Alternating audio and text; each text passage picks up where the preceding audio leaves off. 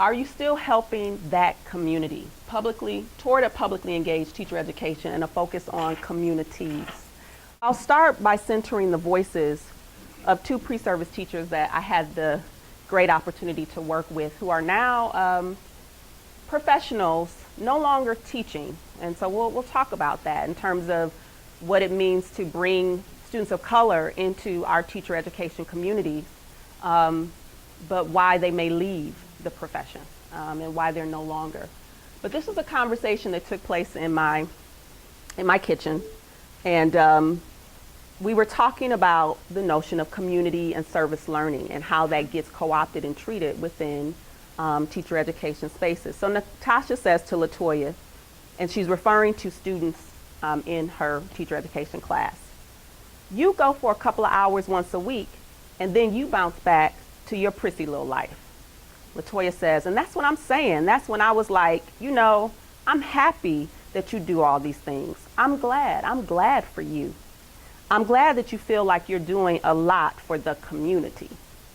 And when you leave here, are you going to continue to do any of these things? Or are you going to go back into your little bubble? And that's the other thing the class is about. Once you go on these little service trips, what's the aftermath of it? What happens afterward? Are you still helping that community? So that's where the title of my talk comes from. And what they were referring to was how they felt their peers, predominantly mostly white middle class students, who we think of and we see in a lot of our teacher education programs. And I really am encouraged by just the representation that's here in this room. It really is somewhat overwhelming because I don't see this a lot at Syracuse. So, but they were talking about how service learning was this kind of check off, this thing that, you know, I'm going to become a teacher and I have to make sure that on my resume I can say that I've worked with, you know, students who are lesser than, or I've gone into the community and done this little cute little service learning, you know, trip. So how we define community and how community gets taken up by different people is really interesting, because for them, and I'll talk about this a little bit more, community and being engaged in the community had a very different definition, you know, in terms of working with their community, not going and helping, but working alongside, not going and saving, but working arm in arm with the people that are part of your community. So there are two quotes that really kind of inform how I'm thinking about community. The first one being by Audre Lorde. And if these are folks that you aren't familiar with, definitely jot down their names, because they're people that I think you'll want to become familiar with. But a black womanist scholar, and she once said, without community, there is no liberation. But community must not mean a shedding of our differences, nor the pathetic pretense that these differences do not exist. So it's not about trying to come to some colorblind, you know, resolution, but instead acknowledging all the gifts, all the differences that everyone brings to the table. And that within those struggles, within those differences, we can achieve something greater, something better. But if we go into it thinking, oh, it's kumbaya and everybody gets along, what are we actually accomplishing here? And the second quote is from an Australian scholar, Lila Watson. And I really appreciate this quote. If you have come to help me, you are wasting your time. But if you have come because your liberation is bound up with mine, then let us work together. So community as a reciprocal relationship. That it's not that I'm better than you and I need to come, I have all these gifts and I can come and help.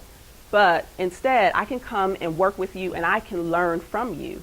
That my experience with you is helping to shape who I am. That I become a better person because of my engagement with you. And so don't come and say, you know, I'm going to bring all this. But no, if you're coming to say, let me sit down and have a conversation with you and learn what are the issues and learn what's going on in this community, then we have a starting point. But other than that, we don't. So for me, a lot of the work that I do starts with who I am. And I would encourage all of you to think about the social locations that you occupy. Who are you and why are you doing this work? And if you can't answer that question, I would say step back. You know, the first thing you need to think about is, who am I? Why is this important to me? Why are these issues important to me? And really do some self-examination. You see a couple of pictures. They're older pictures of me, actually. Well, not that old, but that's my son that is in front of me, and he's more like this now. So that suggests how old it is. But for me, it's about being a mother, a community member, a teacher, and a teacher educator. So what can I, a mother, a community member, and a teacher and teacher educator do to help change what is going on in my community, in my local schools, and in the lives of young people? That question stays at the forefront of all the work that I do. And first, really as a parent, becoming a parent of a young African-American male, it flipped everything for me. When you think about the destruction and the ways that black boys are being killed in the streets, where it's not even cool, you can't walk down the street without being a suspect or being guilty. That changes the game for me when I'm thinking about how I make sure that my child is able to navigate this community and this society. And Syracuse has a lot of issues. I was saying to Javon last night that our graduation rate in Syracuse City School District for African American males is hovering around 25%. 25%. So, you know, it's a serious issue. So where I'm from, I'm an English teacher, and you all do where I'm from poems. You've done that with your students. Well, I'm not going to do a spoken word piece right now, but where I'm from, the Diggable Planet is. But where I'm from, it's really important, again, to think about the work that influences you. And so one is organizing work and activism within communities. And I think about the people who are doing this kind of work. You know, think about the people as you look around just in this room that you know that are grounded and situated within community work. You know, those people should be your role models as teachers. They should be your role models. For me, there are folks like Grace Lee Boggs in Detroit who started the food programs for students. You know, thinking about literacy and liberation through food justice. You know, her work is really, and I think there's a documentary now that you can watch about her where she's thinking about activism. She's now in her 90s, but just a phenomenal career. I also am influenced by my grandmother, Bessie Gray, who most of you probably don't know, but now you know who she is. But she was a child care pioneer in Milwaukee in the early 70s when child care for African American families was not quality. And she started to provide care for families, affordable quality care for families, for teen moms, and really from the ground up. And so that's my legacy. And so I know that I stand on great shoulders. And then Fannie Lou Hamer. Folks know, if you don't know, another name to write down, but the voting rights for African Americans. She was really instrumental in that movement. A quote that folks often think of when they think of her is, "I'm sick and tired of being sick and tired." You know, and she was one who, you know, not college educated, or you know, but she had goals and she was driven to make change for her community. So those are three people in particular who really shape and inform why I think this work is important. You know, I'm fortunate to be at a space like Syracuse University where public engagement and scholarship and action is really paramount to the work that we do. You know, there are some faculty members and other teacher educators that really find this work to be critical for preparing teachers. You know, that it can't just be methods devoid from the types of things that are going on in the community. And so I think, you know, it's really important. It seems like Buff State also has that same mission and support for folks to do this kind of work, and it's really important. Teaching as socio-political, bless you, action and movement is also critical. James Baldwin in 1963 wrote a piece called A Talk to Teachers. And it's a piece where he calls out the ways that education and schooling is not encouraging young people to be critical thinkers, to be independent, to talk back against the system. In my teacher education course, my English methods course, that's the first piece that we read. And I get a lot of resistance up front. By the time they come back from their placements, they're like, oh, now I understand what James Baldwin was talking about. Even in 1963, it's still relevant. That the work that we do actually can encourage some kind of transformation. That it's not just about, oh, I know the methods and I can do a lesson plan, but actually this is a humanist experience. You're working with human beings. And so that's something that's really important to this work. Education is practice of freedom. Paulo Freire and Bell Hooks, teaching to transgress. That for, if I'm saying that we have a 25% graduation rate for African American males, just think about if you have pedagogy that is transformative, how you can touch one person's life, that you transform and you create liberation and freedom for that child, for that student, through your work. And lastly, the notion of radical literacies and new public spaces. This is a colleague of mine, Chandra Mahanti, who does third wave feminist work.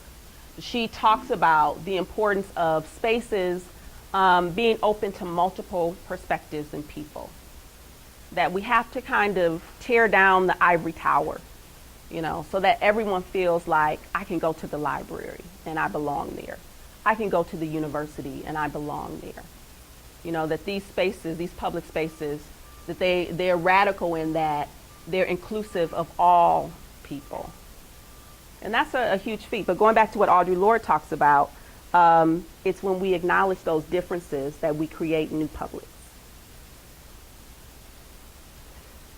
So some of the questions that forefront the work that I've done with pre-service teachers of color are all here in terms of thinking about what it means to do work in a community. You can't just step into a community and say, all right, I'm going to come in here, settle myself in as a researcher, a scholar from SU and do all this work. But no, I have to get grounded in what's the historical, political, and social roots of what's going on in this community.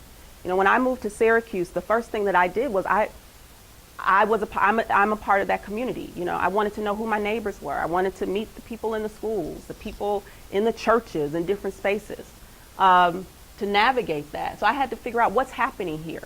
I participated in education forums around what's going on in the education community right now for African American children in particular. And I participated with other parents. We did this whole movement around the education of our Black children. My husband and I homeschooled our son for 3 years as a part of a homeschooling network, working with other families. So finding out what's going on here is really important.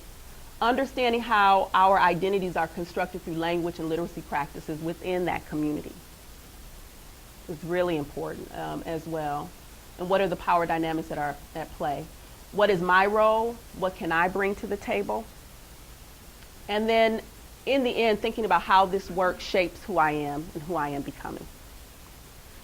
So as I've talked about, I've done a lot of work with teacher candidates of color.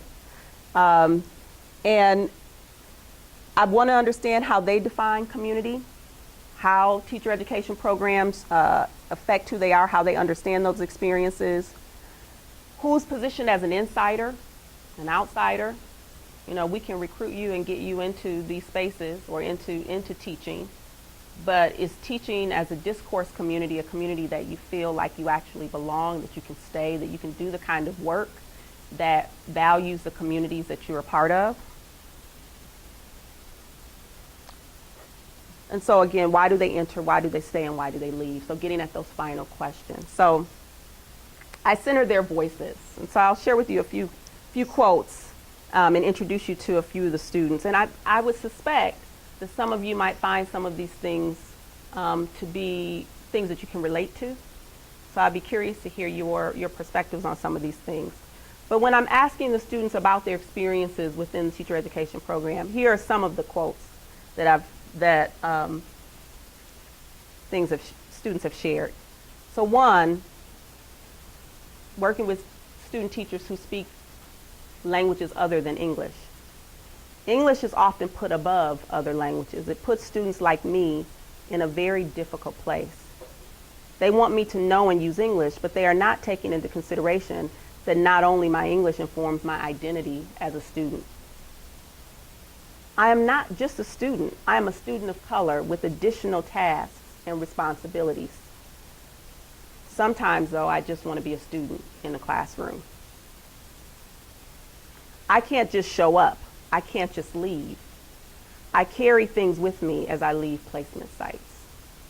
So in thinking about what these students have shared, there's a lot of discussion for students of color around how their culture and their language influences who they are, whether or not they feel that they can be effective teachers. You know, I myself went through an English education program, undergrad. I was one of the only, if not the only. When I try to think back to that experience, I don't remember any other students of color in my program. I identify as a speaker of African American language. You know, my mom and dad always used to say, you know, how are you going to teach English when you don't even speak English right? You don't even talk English right, you know.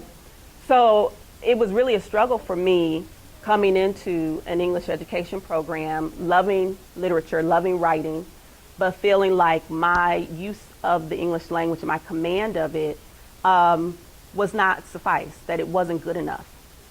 You know, so how do you get over that in order to, especially in a space now where we think about the standards and the standardization of English and English education, there isn't a lot of space for diversity when it comes to culture and language, right?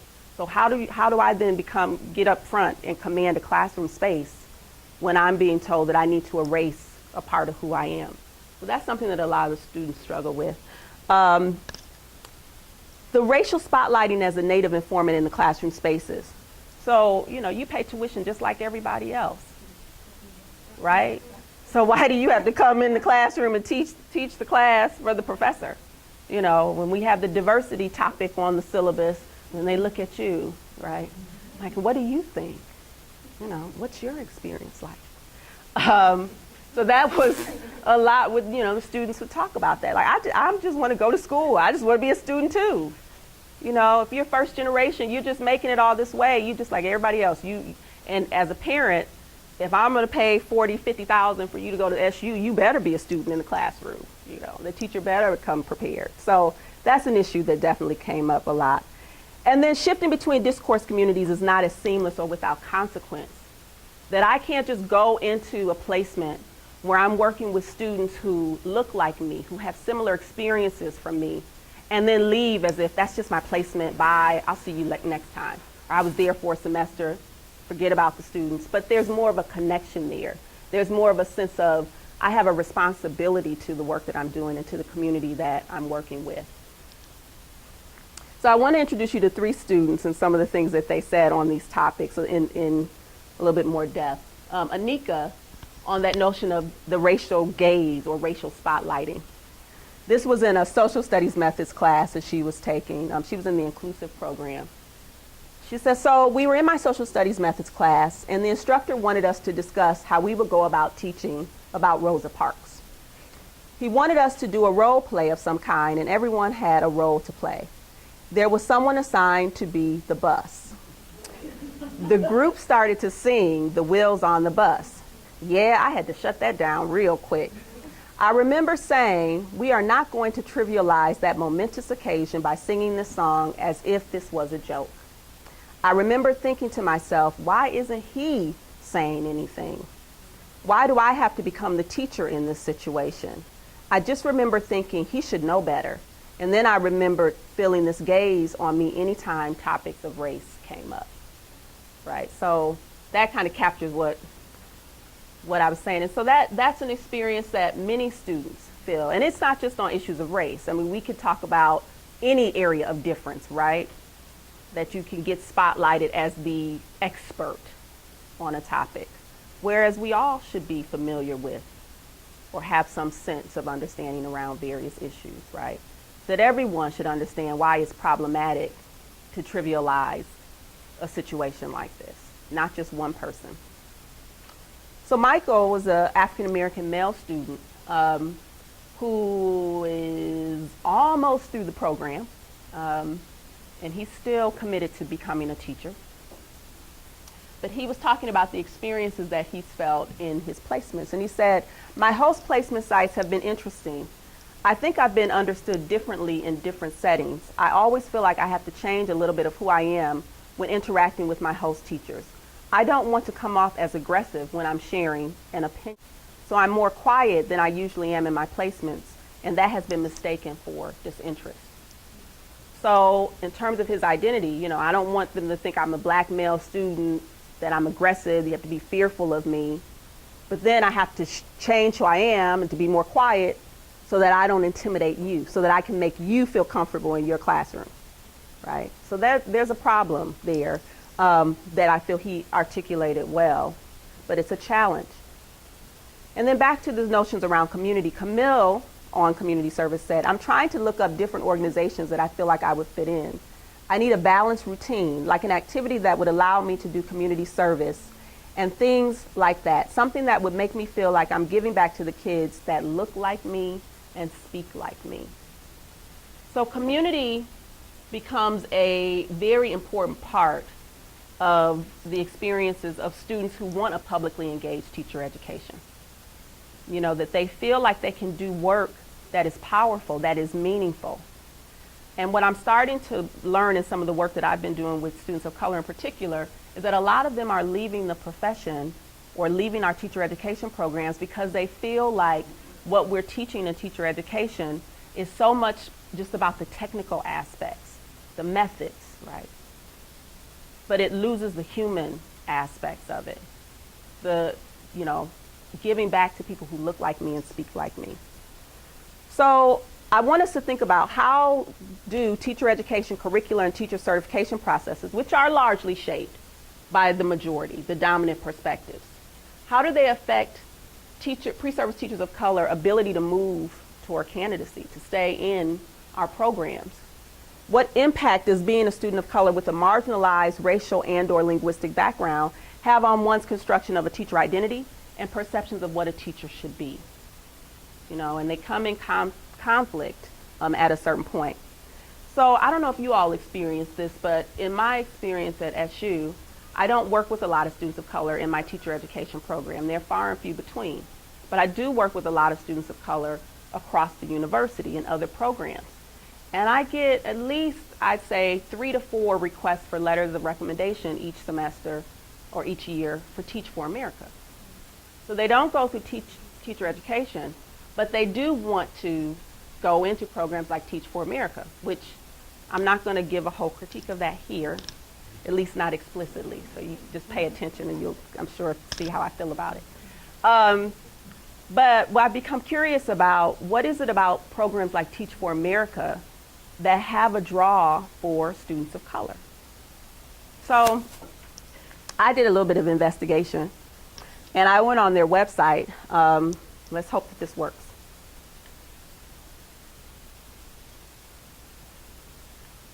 Okay. So when you first go onto their website, it's very nice. It's marketed well.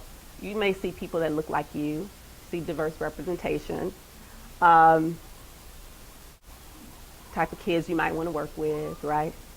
So there's this video. Let's hope that this works, where this young man gives a really good, this whole notion around community and why he wants to become a teacher is articulated well. It's about 2 minutes, so let's see if this will work for us.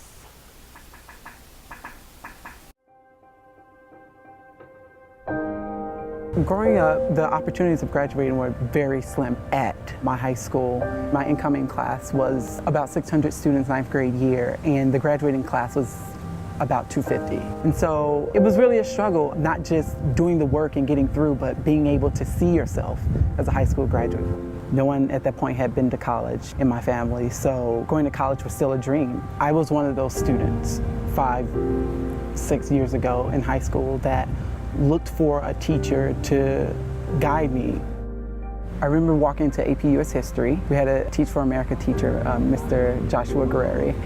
I think within like the first 1 or 2 weeks, most of the grades that came back were not even C's. They were really low scores. But, Ms. Gray was saying, this is the type of rigor that this class will be about, and you can do better, and you will be able to get to a level where you will be making A's. And that didn't come quickly, and it took a lot of hard work, but we did see that come into fruition. Being able to see where I came from as a high school student that, oh my, I only had dreams of coming to college, and now just looking back at all the choices that I've made and all the wonderful people that have had an amazing impact on my life to get me here this far. I think what makes this moment so important is that it shows that it's possible. And if you work hard and you have teachers that truly care, you can make it to a top 20 university and graduate. I look at Teach for America as an opportunity to give back to the community from which I came. There's no better way than to be an educator. And having teachers that gave me that positive perspective, it's what gave me opportunities and more happiness in life. And that's why I want to join Teach for America. My name is Pierce Hand, and I am a 2011 Teach for America Corps member.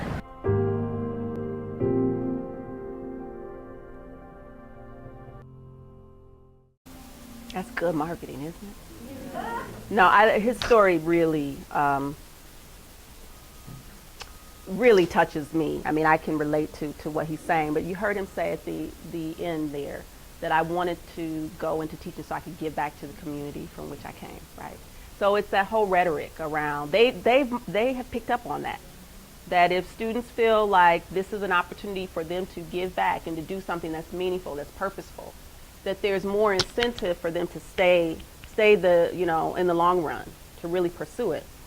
But with all of the mandates now, thinking about Common Core, thinking about APPPR, EdTPA, like all the different things, the language that we're talking about, the discourse of teacher education, students are running, and they're running quickly. And do you blame them? We just had this week schools that don't run too fast, but school closings, and thinking about the realities of what is going on in schools. And Teach for America somehow makes it seem like those things aren't happening. So how can we kind of bring that message and incorporate that into what we're doing into teacher education? Because I think in terms of a revolution, the best thing that we can do is provide students with qualified teachers, right? So I do believe that there's relevance in teacher education. There's a blog that I came across too that I found really interesting. The problem with little white girls and boys, why I stopped being a volunteerist. Folks, see that blog? So the whole notion around, I won't read the whole thing, but she really kind of challenges this whole notion of going on these prissy little trips, little service learning trips, or doing the Teach for America so that you can check it off and then go on to law school. But really interrogating, why is this the type of work that you want to do? I am not a teacher, a doctor, a carpenter, a scientist, an engineer, or any other professional that could provide concrete support and long-term solutions to communities. In this case, she was speaking of developing countries. I am a 5'4" white girl who can carry bags of moderately heavy stuff, horse around with kids, attempt to teach a class, tell the story of how I found myself with accompanying PowerPoint to a few thousand people and not much else. Now, I think she was somewhat belittling of herself, but she's trying to really make a point. Some might say that that's enough. That's as long as I go to X country with an open mind and a good heart, I'll leave at least one child so uplifted and emboldened by my short stay that they will for years think of me every morning, right? So you get a chance, go on and read the blog. But to her point, this thing that I can go in and do this little thing for, if we really want to make a difference in teaching and teacher education and in classrooms, we got to stay the long haul. You got to really roll up your sleeves and be ready to do some work. And it's not something that you can just do for a month or a semester even, right? So I ask you all to think about this question. But can or should one teach in a school community where she or he positions him or herself as an outsider to that community? Should you be allowed to go into a classroom space if you're not a part of that community? I grew up in Milwaukee, Wisconsin. We used to have it where if you wanted to teach in the district, you had to live in the district. You couldn't go in and fly out at 3 o'clock and go back to but you had to be a part of that community. So I've been thinking more and more about how I can provide spaces for pre-service teachers to do this kind of public engagement. In particular, the Writing Our Lives project, which I talked about, is one of those things. So at SU, the notion of scholarship and action and public engagement is really key. Our previous chancellor, Nancy Cantor, talked a lot about this approach and what higher education needs to do to prepare individuals who aren't just going in and doing this work simplistically. But higher education needs to take a place-based or community-based approach in which colleges and universities work comprehensively and deeply through partnerships to build their communities, tackling the challenges of metropolitan America at scale, working across a district or neighborhood, especially in places on the opportunity map that need it most and that have clusters of anchor institutions primed to bring their expertise to the table. So really important work. Engaging students in communities to which their institutions are anchored strengthens student engagement, recognizing that low income is not an isolated condition, disentangled from others like first generation race, ethnicity, and language, but that this becomes a two-way street. So again, speaking to that reciprocity, students are embedded within their complex identities in their communities and have deep commitments to them. So that's really important, and that's what grounds the work that I've been doing. So this work, the students take a course with me, teaching 21st century writers in and out of school. That's just a fancy title for composing processes, or writing and teaching writing. But I attach that course to community engagement work. So if you're going to be in the classroom with me and we're talking about the theory and the methods, then we're also going to work together and facilitate programming with students in schools, but then also thinking about not just what can we do and help these kids that need our support or our expertise, but what can we learn from these experiences. And these are questions that I think you all need to ask yourselves as you're going into doing this kind of work. What does it mean to be of service? How do you understand your role? How do you understand your position and the role of the people from this community? What do you bring to the community? And what do you take from the community? How do you develop a community partnership that honors the funds of knowledge of the community members? And how do you critically and purposefully engage in questioning who you are by addressing any assumptions you might have of people and communities that are different from you and from what you know?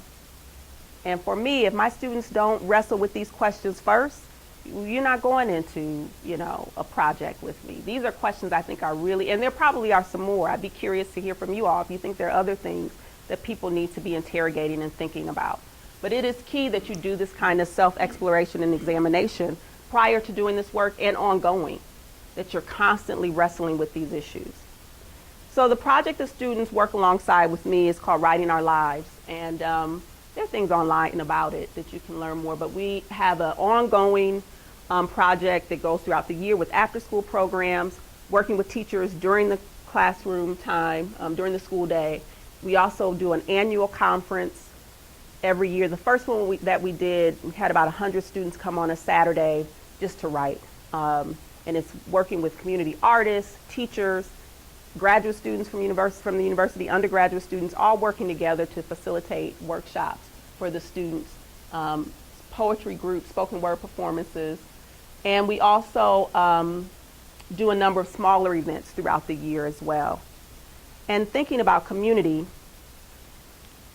the students, this is one of the quotes from one of the students who participated in Writing Our Lives, and thinking about who's included and excluded in spaces, because this really is about the type of writing that we do in classrooms, but then also the type of work that we do outside.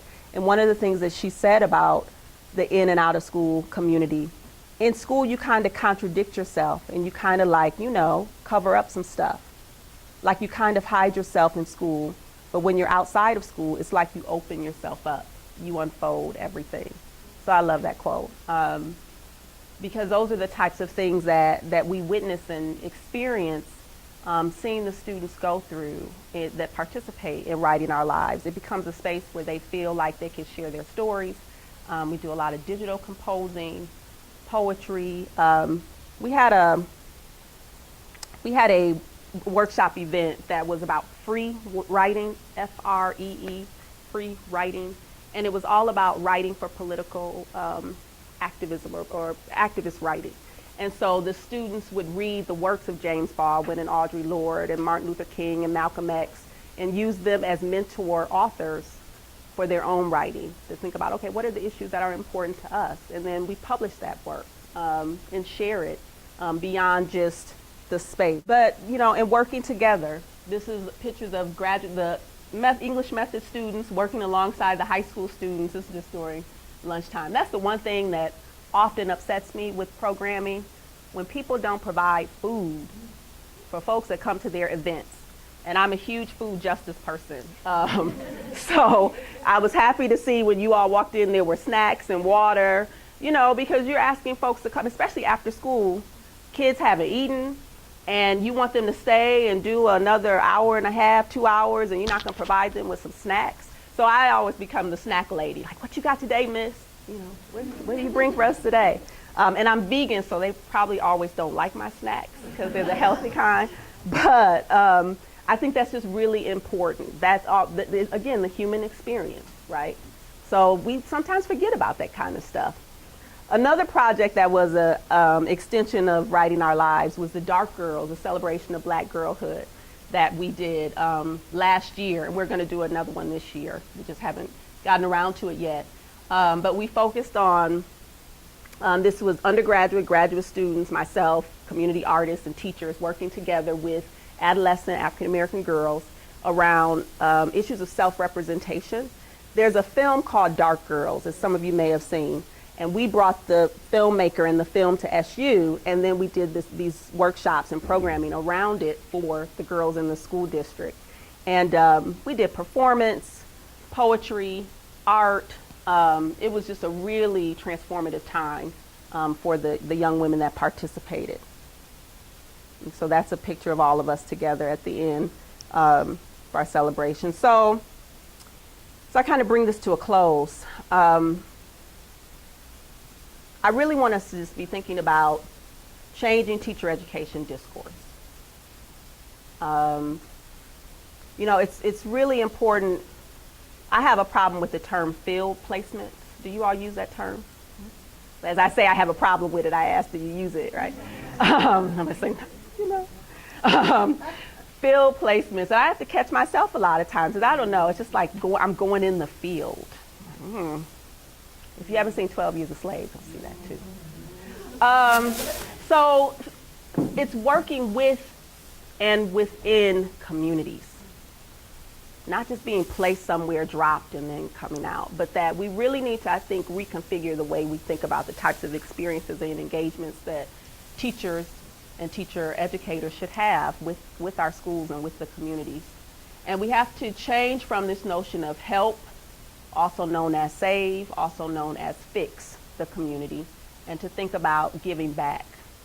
Because I think that's a lot of times the hook for students who want to become teachers. That's why I went into it. And that's why I'm still doing the kind of work that I'm doing. It was very simple for me, that I wanted to work with people who look like me, who had similar experiences. So if we're moving toward a publicly engaged teacher education, what I just said, that teaching and learning is not relegated just to the classroom, where teachers are the depositors of knowledge, and where the funds of knowledge of the people, the community, where we neglect those. You know, and to understand those funds of knowledge, you got to go beyond your classroom space. Teacher education evolves beyond just teaching strategies for methods, for implementation in a school vacuum, but that we really think about how can we honor the life histories of the students that we want to work with. really thinking about providing spaces and opportunities for students that go beyond just that work alongside the coursework and the things that we're doing in teacher education, providing them with spaces to critically think, question, and dialogue about what they're learning from working within communities. And then some way to sustain those relationships and partnerships. I mean, we understand that students are going to graduate at some point, but what you learn here, it goes with you, it moves with you. And that's really important, that we're starting the beginning of developing those teacher identities. And so I think it's really critical to plant the seed within students around the kind of community work that we want to do. So I just end with where I started. You know, when you finish here, are you going to just go back into your little bubble, or will you continue helping that community? So those are my questions. And